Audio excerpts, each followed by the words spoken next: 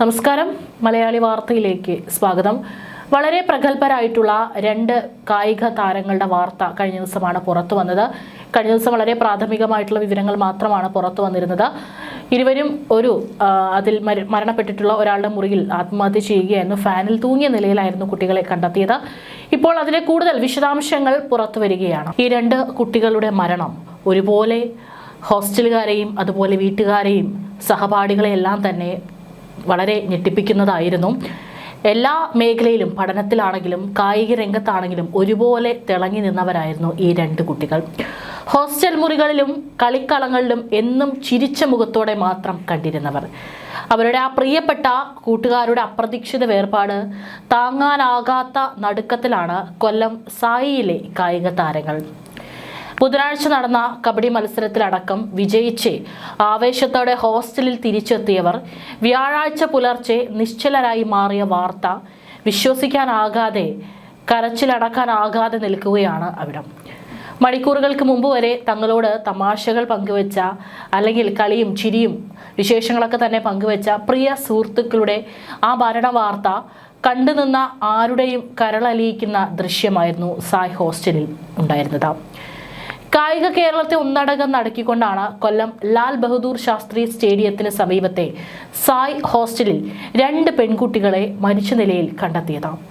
തിരുവനന്തപുരം സ്വദേശിനിയും കബഡി താരവുമായ വൈഷ്ണവി 15 വയസ്സാണ് പ്രായം. കോഴിക്കോട് സ്വദേശിനിയും അത്ലറ്റിക് താരവുമായ സാന്ദ്ര 18 വയസ്സാണ്. രണ്ടുപേരും ഒരുമിച്ച് ജീവിതം അവസാനിപ്പിച്ചത്. കല്ലുവാതുക്കലിൽ നടന്ന കബഡി മത്സരത്തിൽ വിജയിച്ച് മണിക്കൂറുകൾക്കകമാണ് ഇരുവരും ദാരുണമായ അന്ത്യം വരിച്ചത്. വ്യാഴാഴ്ച പുലർച്ചെ 5 മണിക്ക് പതിവ് പരിശീലനത്തിന് സമയമായിട്ടും ഇരുവരെയും മൈതാനത്ത് കണ്ടില്ല. തുടർന്ന് സാന്ദ്രയുടെ മുറിയിൽ അന്വേഷിച്ചെത്തിയ അധികൃതർ വാതിൽ അകത്തു നിന്ന് പൂട്ടിയ നിലയിൽ കണ്ടെത്തി. വാതിൽ ബലം പ്രയോഗിച്ച് തുറന്നപ്പോഴാണ് കണ്ടത് 2 ഫാനുകളിലായി പുതപ്പിൽ തൂങ്ങി നിൽക്കുന്ന 2 കൗമാരക്കാരെയാണ്. ആ കാഴ്ച ആരെയും ഞെട്ടിപ്പിക്കുന്നതാണ്. സാന്ദ്രയുടെ മുറിയിലെ 2 ഫാനുകളിലായിട്ടാണ് ബെഡ്ഷീറ്റുകൾ ഉപയോഗിച്ച് തൂങ്ങിയ നിലയിൽ ഈ കുട്ടികളുടെ ശരീരം കണ്ടെത്തുന്നത്. ഇരുവരും തങ്ങളുടെ മേഖലകളിൽ സ്ഥിരതയോടെ മികവ് പുലർത്തിയ കായിക താരങ്ങളായിരുന്നു. കൊല്ലം ലാൽ ബഹദൂർ സ്റ്റേഡിയത്തിന് സമീപമാണ് ഈ പറയുന്ന സായ് ഹോസ്റ്റൽ. വൈഷ്ണവിയുടെ മുറി ഹോസ്റ്റലിന്റെ താഴത്തെ നിലയിലും സാന്ദ്രയുടേത് 3ാമത്തെ നിലയിലുമാണ്. സാന്ദ്രയ്ക്കൊപ്പമുള്ള കുട്ടികളെ ബുധനാഴ്ച രാത്രി വേറെ മുറിയിലേക്ക് പറഞ്ഞയച്ച ശേഷം ഇരുവരും ഒരുമിച്ച് മുറിയിലേക്ക് പോവുകയായിരുന്നു.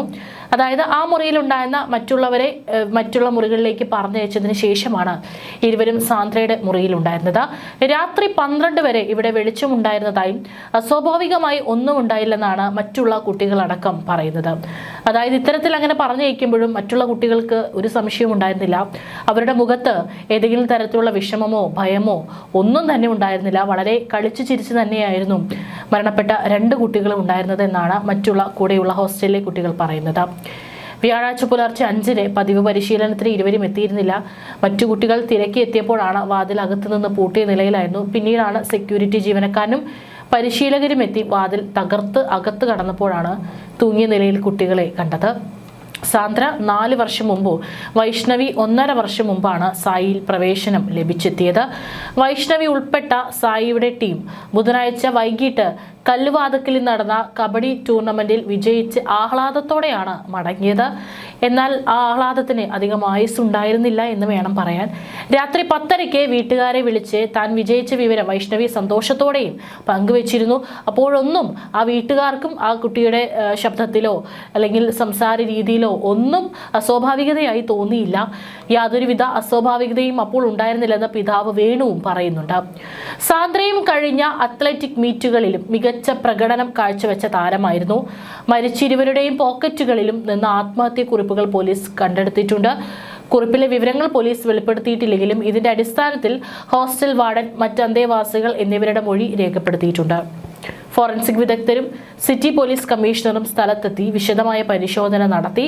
സംഭവം പുറത്തറിഞ്ഞ് വൈകാതെ തന്നെ ലാൽ ബഹദൂർ സ്റ്റേഡിയത്തിനരികിലെ ഹോസ്റ്റൽ ഗേറ്റിന് മുൻവശം ആളുകളെ കൊണ്ട് നിറഞ്ഞു. പോലീസിനെ മാത്രമേ ആദ്യം ഗേറ്റിനുള്ളിലേക്ക് കടത്തിവിട്ടുള്ളൂ. ഹോസ്റ്റലിലെ കുട്ടികളിൽ ആർക്കും സംഭവം ഉൾക്കൊള്ളാൻ പോലും ആയില്ല.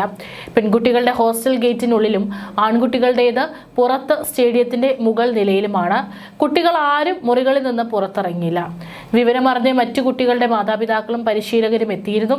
പലരെയും അകത്തേക്ക് കടത്തിവിടാത്തത് നേരിയ തർക്കത്തിനിടയാക്കി. പരിശീലകരും ബന്ധുക്കളും പുറത്തെത്തിയത് അറിഞ്ഞ് ഓടിയെത്തിയ കുട്ടികൾ ഗേറ്റിനുള്ളിൽ നിന്ന് തന്നെ കരഞ്ഞുകൊണ്ട് അവരോട് കാര്യങ്ങൾ പറഞ്ഞു. കഴിഞ്ഞ ദിവസം രാത്രി കല്ലുവാതുക്കലിൽ കബഡി ടൂർണമെന്റിൽ പങ്കെടുക്കാൻ പോയി വിജയിച്ച് ചിരിച്ചു കളിച്ചാണ് വൈഷ്ണവി എത്തിയത്. സാന്ദ്രയുടെ പെരുമാറ്റത്തിലും അസ്വാഭാവികമായി ഒന്നും കണ്ടില്ലെന്നും അവർ ഏങ്ങി പറഞ്ഞു. കുട്ടികളുടെ ദയനീയ സ്ഥിതി നിസ്സഹായരായി നോക്കി നിൽക്കാനേ പുറത്തുള്ളവർക്കാകുമായിരുന്നുള്ളൂ. തിരുവനന്തപുരത്തുള്ള വൈഷ്ണവിയുടെ കുടുംബം രാവിലെ തന്നെ ഹോസ്റ്റലിൽ എത്തിയിരുന്നു. ഇവിടെ എത്തുമ്പോഴാണ് ഇവർ കുട്ടിയുടെ മരണവിവരം അറിയുന്നത്. പൊട്ടിക്കരഞ്ഞ് ഇവരെ സമാധാനിപ്പിക്കാനാകാതെ ചുറ്റുമുള്ളവരും കുഴങ്ങി. സാന്ദ്രയും ബുധനാഴ്ച രാത്രി വീട്ടിലേക്ക് വിളിച്ചിരുന്നെന്നും ഏറെ സന്തോഷത്തോടെയാണ് പെരുമാറിയിരുന്നതെന്നും കൊല്ലത്തേക്ക് എത്തവേ കുടുംബാംഗങ്ങൾ പ്രതികരിച്ചു. കുട്ടികളുടെ മരണത്തിന് പിന്നിൽ ഹോസ്റ്റൽ അധികൃതരുടെ പീഡനമാണെന്ന ആരോപണവുമായി ഒളിമ്പ്യൻ അനിൽകുമാർ ഉൾപ്പെടെയുള്ളവർ രംഗത്തെത്തിയിട്ടുണ്ട്. മാനേജ്മെന്റിന്റെ മോശം പെരുമാറ്റമാണ് ഇത്തരം സംഭവങ്ങളിലേക്ക് കുട്ടികളെ നയിക്കുന്നതെന്ന് മുൻപും സായ് കേന്ദ്രത്തിൽ സമാനമായ രീതിയിൽ ആത്മഹത്യകൾ നടന്നിട്ടുണ്ടെന്നും ഇവർ ആരോപിക്കുന്നു. സംഭവം ദൗർഭാഗ്യകരമാണെന്ന് ശിശുക്ഷേമ സമിതി വിലയിരുത്തി. ഹോസ്റ്റലിലെ മറ്റു കുട്ടികൾ മാനസികമായി തളരാതിരിക്കാൻ സമിതിയുടെ നേതൃത്വത്തിൽ കൗൺസിലിംഗ് നൽകുമെന്നും ജില്ലാ സെക്രട്ടറി ഡി ഷൈൻദേവ് അറിയിച്ചു. CPIM ജില്ലാ നേതാക്കളും സ്പോർട്സ് കൗൺസിൽ പ്രതിനിധികളും സ്ഥലത്തെത്തി സമഗ്ര അന്വേഷണം ആവശ്യപ്പെട്ടു. പോസ്റ്റ്മോർട്ടം നടപടികൾക്ക് ശേഷം വൈഷ്ണവിയുടെ മൃതദേഹം ബന്ധുക്കൾക്ക് വിട്ടുകൊടുത്തു. സാന്ദ്രയുടെ പോസ്റ്റ്മോർട്ടം നടപടികൾ ഇന്ന് പൂർത്തിയാകും. സായി റീജിയണൽ ഡയറക്ടർ വിഷ്ണു സുധാകരൻ സ്ഥലത്തെത്തി മൊഴിയെടുപ്പ് ഉൾപ്പെടെയുള്ള ആഭ്യന്തര അന്വേഷണം ആരംഭിച്ചിട്ടുണ്ട്. ഇതിനിടയിലാണ് മുൻ പരിശീലകൻ വളരെ ഗുരുതരമായിട്ടുള്ള ആരോപണങ്ങളുമായി രംഗത്ത് വരുന്നത്. 4 വർഷം മുമ്പ് സായിൽ നിന്ന് രാജിവെച്ച ഒളിമ്പ്യനും ആലപ്പുഴ സ്വദേശിയുമായ അനിൽകുമാറാണ് സ്ഥാപനത്തിന്റെ നടത്തിപ്പിനെതിരെ ഗുരുതര ആരോപണങ്ങൾ ഉന്നയിച്ചിരിക്കുന്നത്. കൊല്ലം സായിയിലെ സെൻട്രൽ ഇൻചാർജ്, കേരള റീജിയന്റെ ചുമതല വഹിക്കുന്ന ഉദ്യോഗസ്ഥൻ തുടങ്ങിയവരുടെ രീതികളെക്കുറിച്ചും അനിൽകുമാർ പറഞ്ഞു. കുട്ടികളുടെ മരണത്തിൽ ദുരൂഹതയുണ്ട്, സമഗ്ര അന്വേഷണം വേണം. പോലീസ് സമീപിച്ചാൽ കൂടുതൽ വിവരങ്ങൾ നൽകും. സായിൽ തന്നെ പരിശീലനം നേടി അവിടെ ജോലി ചെയ്തിരുന്ന വ്യക്തിയാണ് ഞാൻ. 4 വർഷങ്ങൾക്ക് മുമ്പാണ് ജോലി രാജിവെച്ചു പോയത്. സായിലെ മാനസിക പീഡനം കാരണമാണ് ജോലി കളഞ്ഞത്. കോച്ചായ എനിക്ക് പോലും അവിടെ കൃത്യമായി ജോലി ചെയ്യാനുള്ള അവസ്ഥയുണ്ടായിരുന്നില്ല. 2022 സായിലെ ജീവനക്കാരനായ രവി ജീവനൊടുക്കിയിരുന്നു. സായിലെ മുതിർന്ന കോച്ചിനാണ് സെന്റർ ഇൻചാർജായുള്ള ചുമതല കൊടുക്കുന്നത്. ആ സ്ഥാനം കിട്ടിക്കഴിഞ്ഞാൽ വലിയ ആളാണെന്ന രീതിയിലാണ് കുട്ടികളെയും മറ്റു ജീവനക്കാരെയും അപമാനിക്കുന്നത്. കേരള റീജിയണിന്റെ ചുമതല വഹിക്കുന്ന ജി കിഷോറും സെൻട്രൽ ഇൻചാർജ് ഓഫീസർ കൃത്യമായ കാര്യങ്ങൾ അന്വേഷിക്കാതെയാണ് നടപടികൾ എടുക്കുന്നത്. എനിക്ക് തന്നെ 8 മെമ്മോ ലഭിച്ചിട്ടുണ്ട്. രവി മരിച്ചപ്പോഴും കൃത്യമായ അന്വേഷണം നടത്തണമെന്ന് ഞാൻ ആവശ്യപ്പെട്ടിരുന്നു. അന്വേഷണം നടത്തിയില്ലെങ്കിൽ സായിയും ഇനിയും സമാന സംഭവങ്ങൾ നടക്കുമെന്ന് ഞാൻ പറഞ്ഞതാണ്.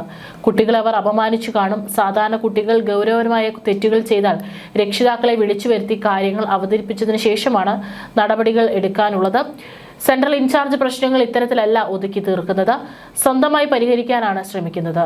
മോശം കാര്യങ്ങളാണ് കൊല്ലം സായിൽ നടക്കുന്നതെന്ന് ഒരു രക്ഷിതാവ് എന്നോട് പറഞ്ഞിരുന്നെന്നും അനിൽകുമാർ പറഞ്ഞിട്ടുണ്ട്. ഈ ഒരു അവസരത്തിൽ ഇപ്പോഴത്തെ ആ സ്ഥാപനത്തിന്റെ നടത്തിപ്പിനെ കുറിച്ചും കൃത്യമായി അന്വേഷിക്കേണ്ടിയിരിക്കുന്നു. കുട്ടികളുടെ മരണവുമായി ബന്ധപ്പെട്ട് കൂടുതൽ വിവരങ്ങളൊന്നും ലഭിച്ചിട്ടില്ല. പോസ്റ്റ്മോർട്ടം റിപ്പോർട്ട് ലഭിച്ചതിന് ശേഷം മാത്രം കൂടുതൽ സ്ഥിരീകരണങ്ങൾ നടത്താൻ സാധിക്കുള്ളൂ എന്നാണ് പോലീസ് പറയുന്നത്. ഇന്നലെ സായിലെ 20 കുട്ടികളുടെയും വാർഡന്മാരുടെയും മൊഴി ശേഖരിച്ചിരുന്നു. ഇതിൽ സംശയം തോന്നിപ്പിക്കുന്ന രീതിയിൽ ഒന്നും കണ്ടെത്താൻ സാധിച്ചിട്ടില്ലെന്നാണ് പോലീസ് പറയുന്നത്.